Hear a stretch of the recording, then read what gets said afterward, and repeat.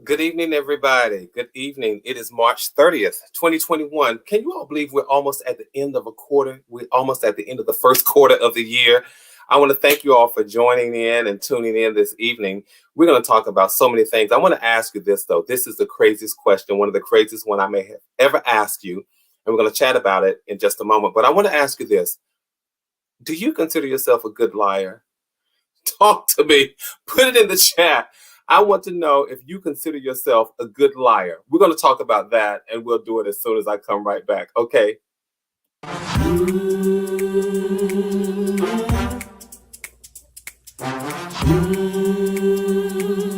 Let's talk to God.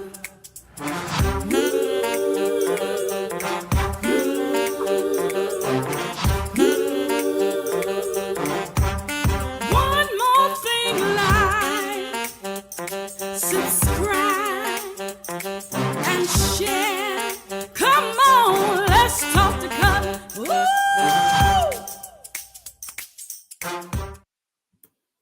Well, I'm back. It's Cutler, and again, I'm here on the Let's Talk to Cutler broadcast. I want to thank you all for joining me this evening. It's March the 30th, 2021. And as you all know, I'm only here when I show up on Tuesdays and Thursdays. For the most part, I'm only here for 1,800 seconds because I want to make every second significant. I want to make every minute meaningful, and every moment has to matter.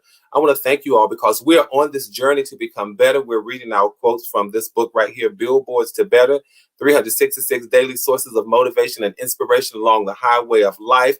If this is your first time tuning in, do me a favor. Make sure you subscribe. Make sure that you subscribe. And once you subscribe, make sure that you hit that notification bell so you will be alerted every time I go live, every time I upload new content, that you can come right along. You know, my goal is to make sure that as we are striving for better, we are picking up passengers, we're reading our billboards, and we're becoming better. My goal is to make sure that we have the most crowded car on the highway. And when this one car becomes crowded, we'll just start a caravan, we'll load up. So make sure as you're in the chat room that you say hi, you talk it up, you chit chat with our fellow passengers.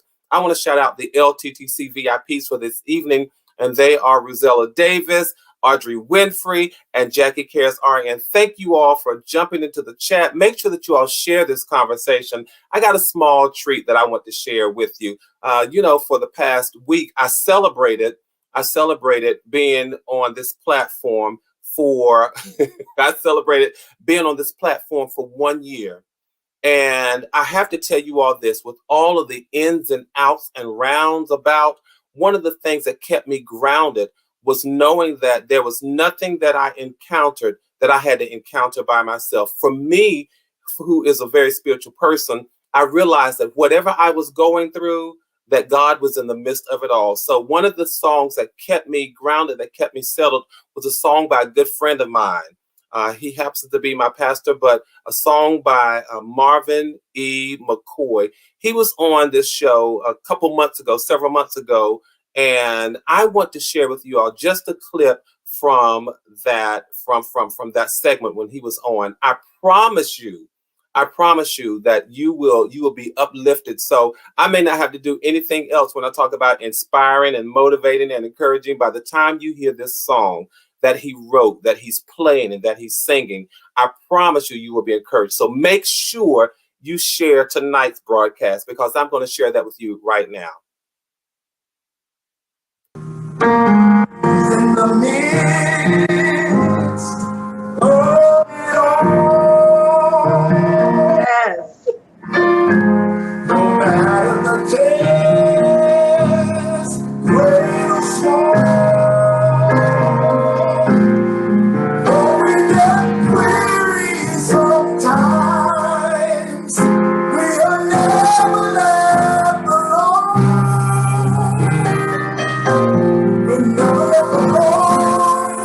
Y'all show some love for him. Please show love. I'll say it one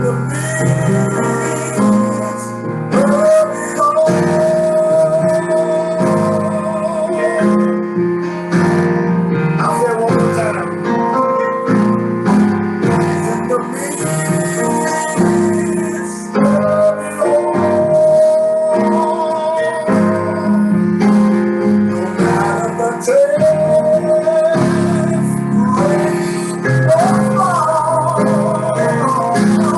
Although we got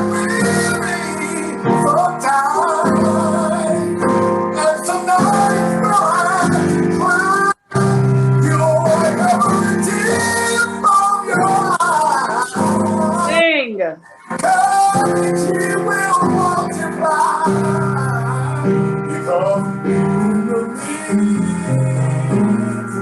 of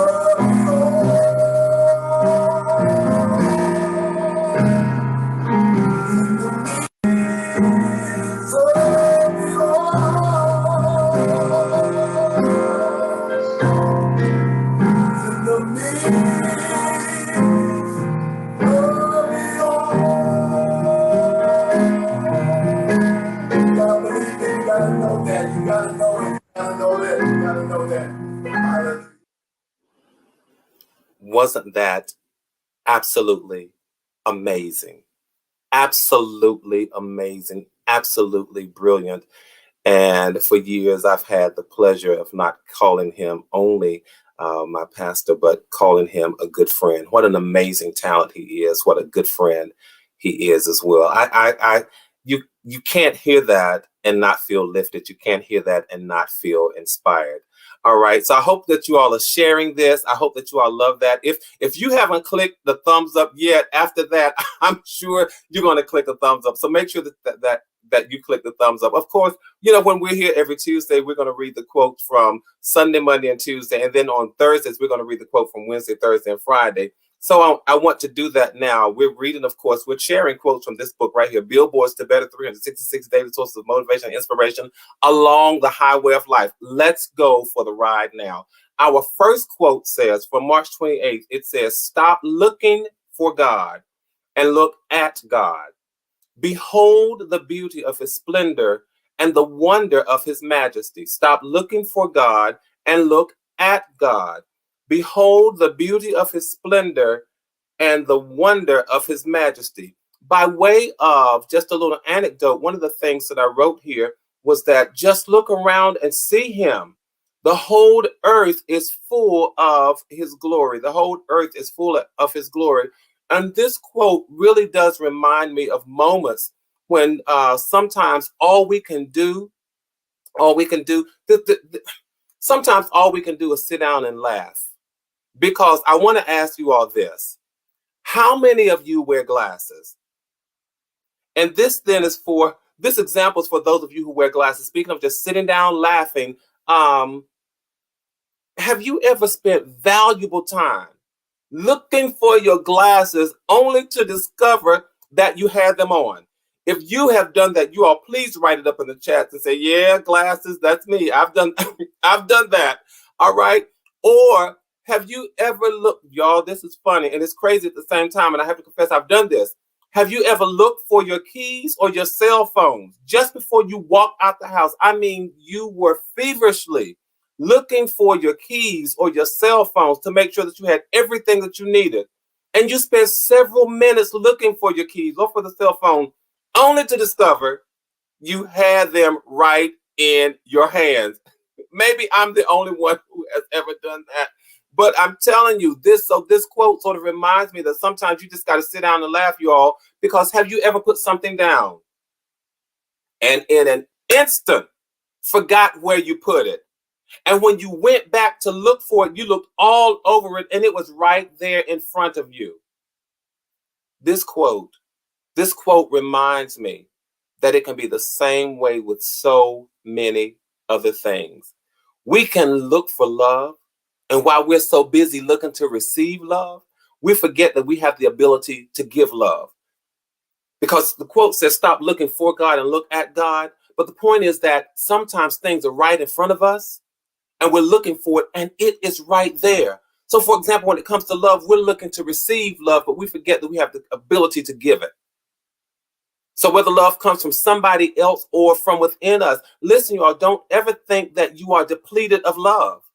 Sometimes you have to tell yourself that if the people who I want to love me never do, I have enough love to give to myself and to somebody else.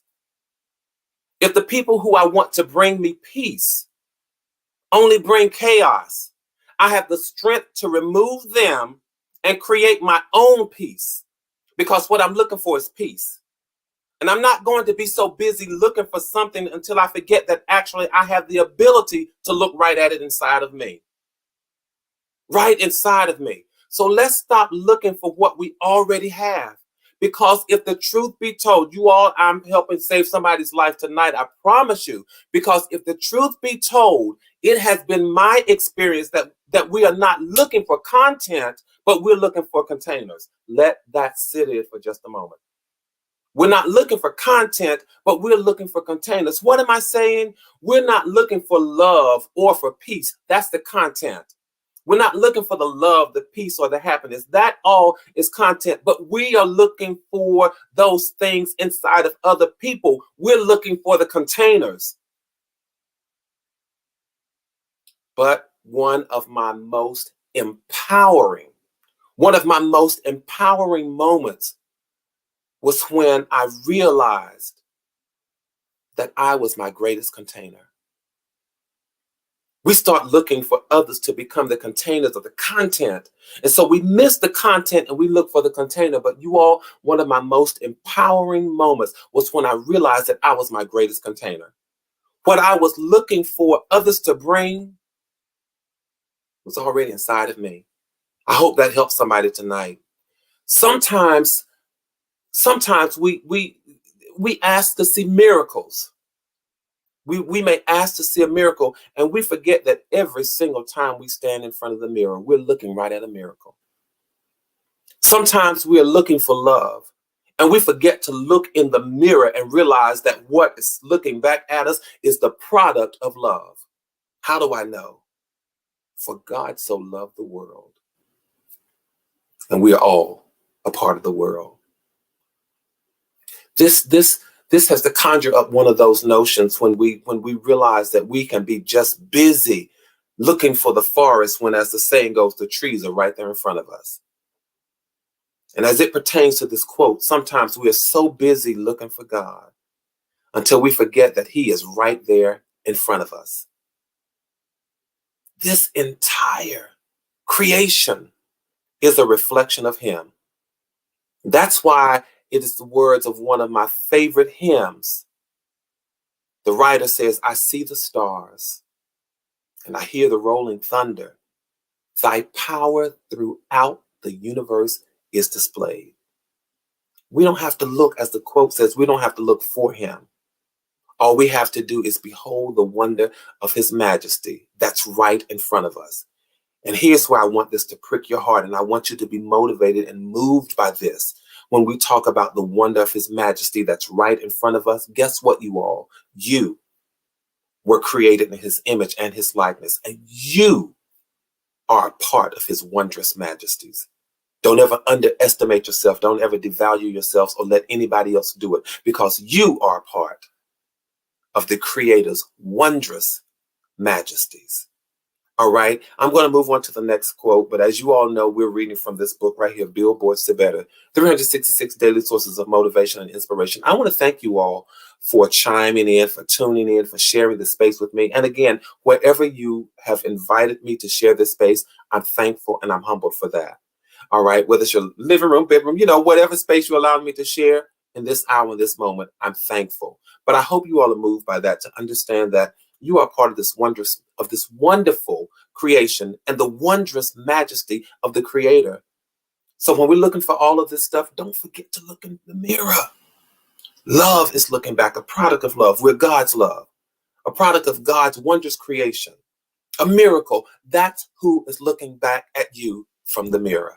Don't forget that, all right? I want to go on to the next quote from March 29th, and it says, our hands can't hold what God's hands can. Out of all of the things we can make, we still can't make a world. Our hands can't hold what God's hands can.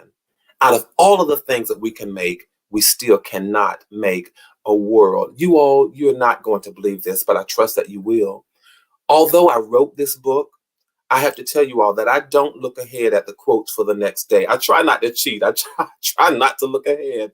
So I generally don't look ahead at the quotes for the next day. And what is ironic is that this past Sunday, I had to deliver a message.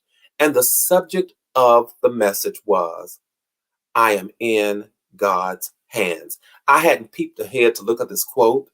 But now here it is, Sunday, and now here we are pulling these quotes together that talks about our hands can't hold what God's hands can. Sunday, I talked about a message that I am in God's hands.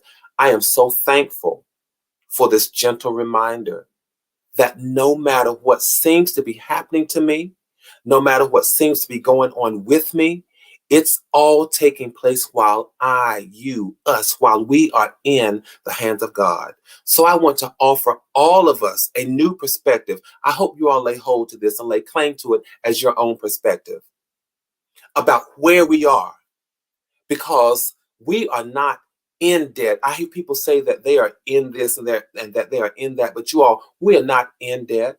We're not in despair. We are not in confusion. We're not in trouble. We're not in doubt, because all of those things are conditions that are taking place. Hear me clearly. But that is not where we dwell. We don't dwell in those places. We don't dwell in that stuff. Those are all conditions that are taking place. And while it all may be taking place, truly, it's taking place while we are in God's hands. And when I was growing, so I hope that gives you a new perspective on where you are. Because many times we talk about what's happening as if it is where we are. Yes, it may be our reality in the moment, but in that moment, we're in God's hands. And I want to talk about why that's important. Because when I was growing up, I used to hear people say things like, oh, I'm in the hollow of his hand. And I really did not come to appreciate that saying until I got a little older. The importance, you all, of realizing that I am in the hollow of his hand as opposed to in between his fingers is that I don't have to worry about falling or slipping between the cracks. I don't have to worry about whether or not my foundation is strong enough to hold me. I don't have to worry about whether or not I'm going to crumble and fall under the pressures of life. I don't have to worry about navigating through life. I don't have to worry about that. I don't have to worry about how I'm going to navigate life, because whenever and however I move, I am doing it while I am in the hands of God. Yes, I am. And so I want to remind us all that we are no less important than any part of God's creation. We are no less important than any other part of the creation that he is holding in his hand, and he's holding it all in the palm of his hand. And guess what, you all? No one gets to kick us out. No one gets to push us out. No one gets to force us out, and no one gets to declare that we don't belong there. So whatever happens in life, we don't have to run away. No matter what happens in life, we don't have to run away. We don't have to run anywhere. All we have to do is stand up where we are. All we have to do, you all, is stand up where we are. And I don't have to, let me tell you all this. I don't have to feel bad about having bad days, because the truth of the matter is that sometimes, yes, Cutler, we have bad days. Absolutely. And I am not so disillusioned as to think that we don't have bad days. Don't feel bad about having bad days, because everything that concerns us, our doubts, our worries, our anxieties, our discouragement, our depression, our bad days, all of that, it's in God's hands too. It really is. And when I wrote this quote, it didn't occur to me as powerfully as it does now, but everything attached to me, everything that concerns me, even my bad days, are in God's hands. So this is just a reminder for us to strive for peace. And don't worry. The quote says our hands can't hold what God's hands can. Don't worry about the things that are beyond our control, that are beyond your control. Our hands can't hold the world. And we won't solve every problem that we're faced with. We won't resolve every conflict that we ever get into. We won't have the answer for every question that we're posed. We won't have a strategy for every issue that we're presented. Our hands can't hold what his hands can, so learn to be at peace. And when we are faced with those situations, you all, that leave us baffled and feeling helpless, those are the times when we have to say this: God, grant me the serenity. You all know it. Grant me the serenity to accept the things that I cannot change, the courage to change the things that I can, and the wisdom to know the difference. That's when we say that. And we have to learn to say, and help me to realize that whatever is too big for my hand can always fit into yours. And then you just go to bed and go to sleep. Get yourself a good night's sleep, because there are some things that are just beyond our control. And we have to realize that we can be at peace with those things. Our hands can't hold the world. That's absolutely right. Our hands can't hold the world. Our hands sometimes can't hold everything that concerns us, but God's hands can. All right. I hope you all are inspired by that. I hope you are encouraged by that. And learn to speak serenity and learn to speak peace, because it is true. He's got the whole world in his hands. He really has the whole world in his hands. All right. I don't believe, see, you all did that. You all made me belt out that tune. I said I would never sing on this platform, but it's true, you all. He has the whole world in his hands, and the whole world includes everything that concerns me. All right, I want to go on to our quote for March 30th. I want to go to the quote for March 30th. I want to make every second significant, you all. So I got to talk and share this piece with you. The quote for March 30th says, I would rather give God an ugly truth than a pretty lie. Oh my God. I'd rather give God an ugly truth rather than a pretty lie. This quote for March 30th, this is truly, you all, truly an admonition for us to be honest. Just be honest. Be honest with God, with others, and with yourself. Because out of those three, at least two know the truth. I'm telling you, out of those three, at least two know the truth. And while you are speaking your truth, hear me clearly, you all. Hear me, my friends. While you are speaking your truth, allow others to speak their truth. This quote is just as much about speaking the truth as it is about hearing the truth. Sometimes we can easily, we're good at speaking the truth, but we have a difficult time hearing the truth. Learn not to surround yourself with people who are just going to coddle you and cater to you and tell you only what you want to hear. But you've got to get yourself a few good friends who would tell you the truth, the whole truth, and nothing but the truth.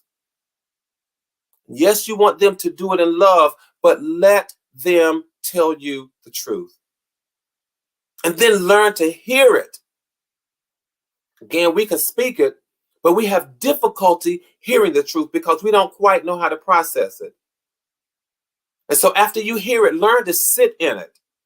Learn to sit in the truth. And I'm telling you all, before I came on this evening, here is something that came to me, and I'm going to share this with you. You know, I mean, since we're talking about all this book of all of these quotes, this one came to me. And if there's a volume 2, then this quote just may show up in the book. When we talk about sitting in truth, truth, like a bathtub full of hot water, can be uncomfortable when you first step into it.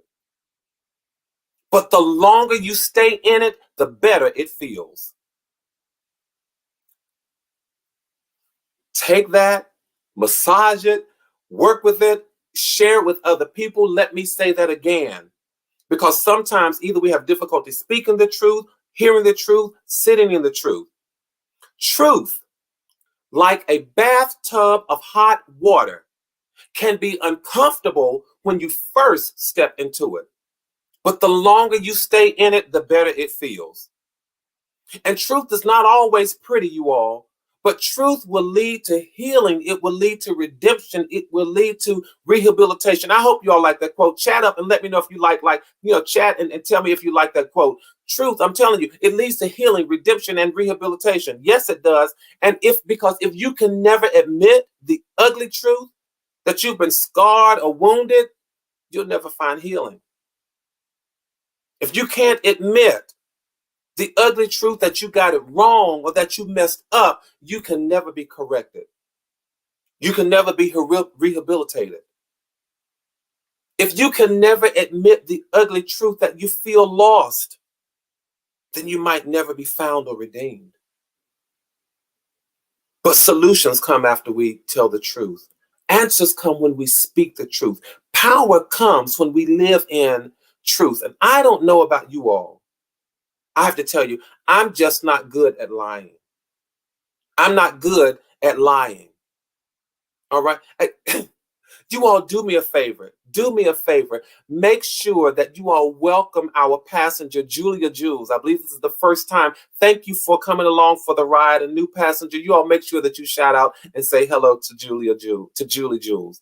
All right. But you all, this is about truth. It's about truth. I'm not good at lying. Let me know if you are good at lying, but I'm not good at lying. Well, hold on. Except for, I got to tell you all this in humor. I'm good at lying if I'm planning a surprise birthday party.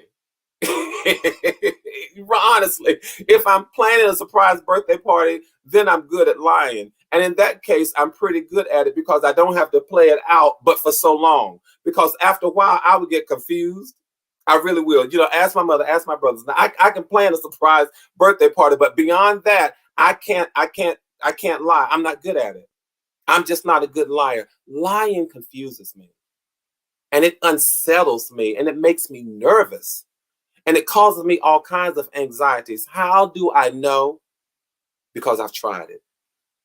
I've got to be very transparent with you. I know that it makes me unsettled. It makes me nervous. It gives me anxiety. I know that to be true because I've tried it. And that is why I'm able to write with a clear conscience that it's better to face an ugly truth than it is trying to live with what looks like a pretty lie. Why? Because you all, this is why. Because when you lie all the time, you have no integrity. None. And there is no decency in your character when you lie all the time. And if you live as a liar, you will die the same way. And unfortunately, no one will have ever known the real you. No one will have ever known the real you. So I want to encourage us all to always tell the truth.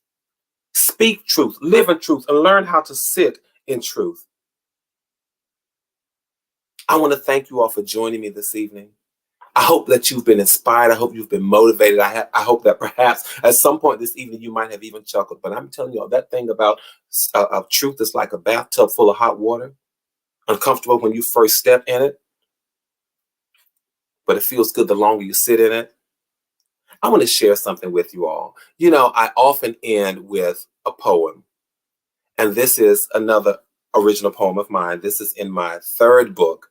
Of course, this evening, we're reading, our quotes are coming from this book, which is my seventh book. But I want to share this poem with you from my third book, because I only got 1,800 seconds and I don't have much longer left. So from this book, Who We Once Were, I want to read this poem. Speaking of lying and telling the truth, this poem says, "Goodbye, lie. The problem with me, as I can see, is that my name is infidelity. Unfortunately, that may be true, but tell me now the problem with you. The problem with her spirit is torn, and her name, just call her scorn. Still, I say that's okay, but I haven't heard your name today. The problem with him, it's not just his name. He lives in misery and we all call him shame. But who's to blame for ill-gotten fame? Still, we haven't heard your name. The problem with us, and this is so true, for the longest time, we've known all about you. There's nothing thrilling about your name, nothing fulfilling about your game, nothing redeeming about your type. No one can believe all of your hype.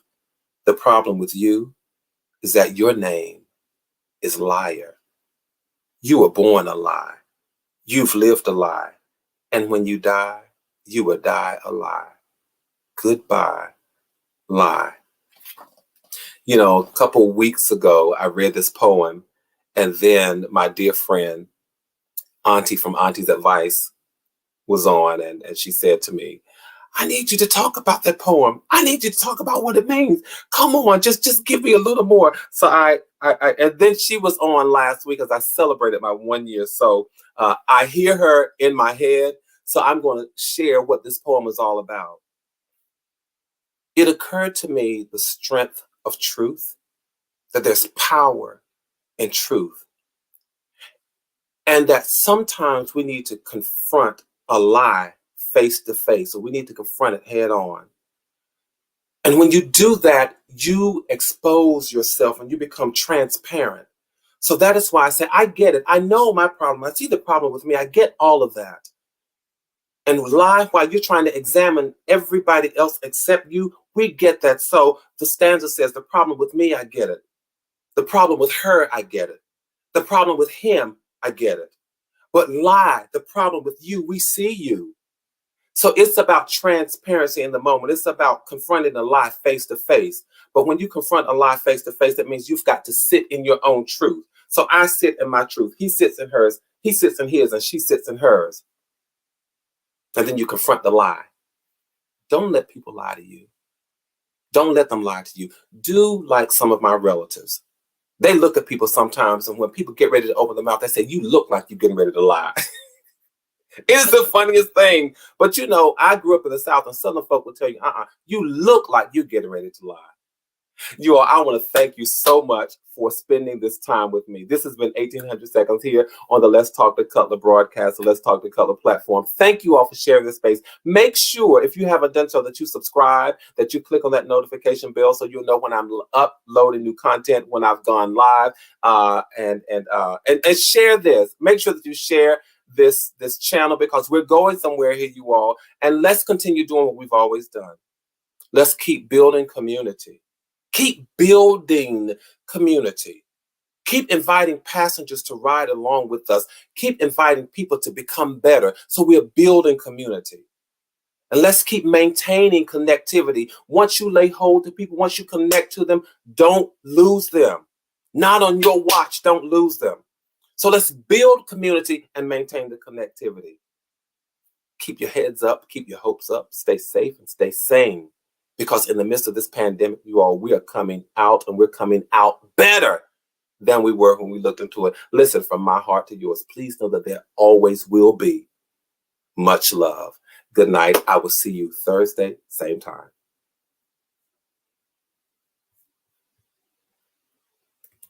In the midst of it all.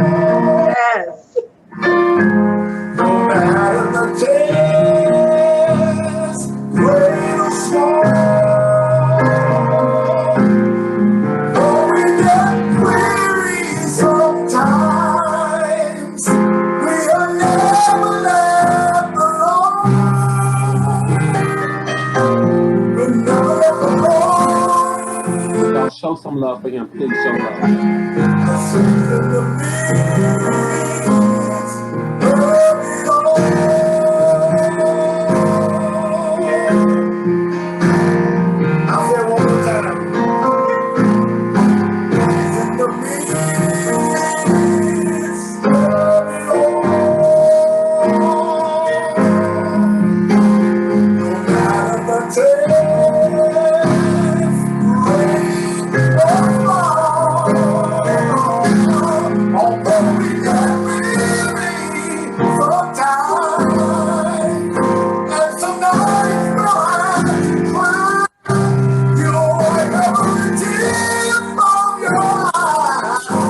Until Thursday night,